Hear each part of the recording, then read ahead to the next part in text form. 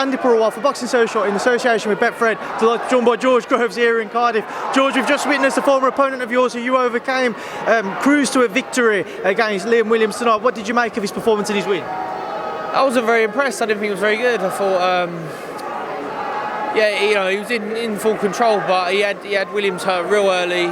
Dropped him. Every time he seemed to drop him was with a jab. It seemed like Williams' punch resistance wasn't really there tonight. Sorry to interrupt. Why did that happen? Every time it seemed like it was just a jab. Why?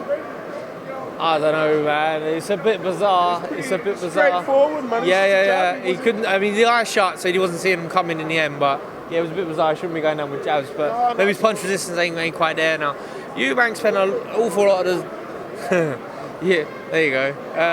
Eubank spent a vast majority of the fight out of position, like not in a position to punch. You know, I know he's been working with Jones, and there's like certain traits of his that he's sort of trying to incorporate into his game. You know, and he's pulling, like he's got that.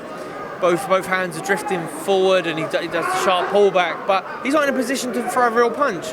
9 times out of 10, it's like he's wandering around out of range, out of position. His legs are not under him properly, where he's in a position to punch.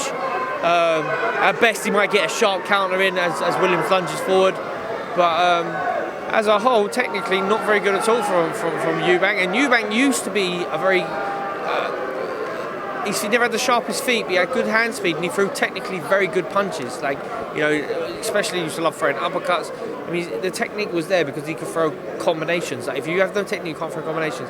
Tonight, combinations were a bit ragged. He missed the target a lot.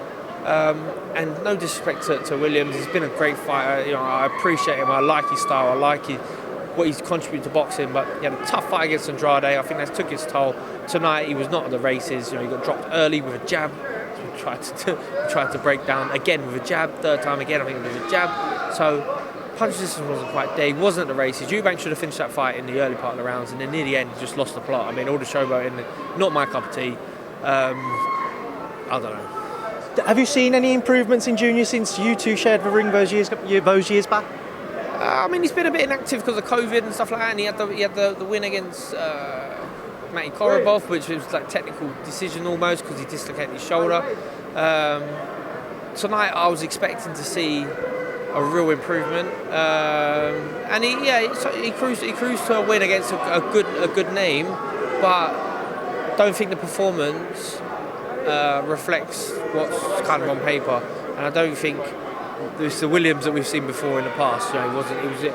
You know, time's caught up with him a little bit. Final one, and with everything that you've just said in mind, Junior said earlier this week he still wants Golovkin next.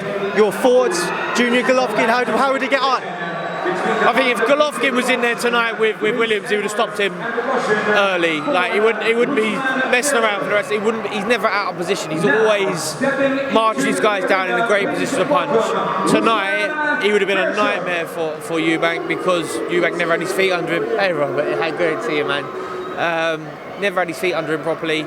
Golovkin, even at the age of 39 or whatever he is now, his best days are definitely behind him, but I can't see how Eubank would beat a Golovkin, even a 39-year-old Golovkin off tonight's performance. But you know, I've got a lot of time for Eubank. I appreciate him. You know, I've seen a lot better of him, and I hope that whatever he's trying to put together now at the moment, he can get the right fights. We'll see. You know. Well, George, I'll leave you now to shoot off and enjoy the rest of your night. Thank you for speaking to me. Lovely. Cheers, guys. Thanks, man.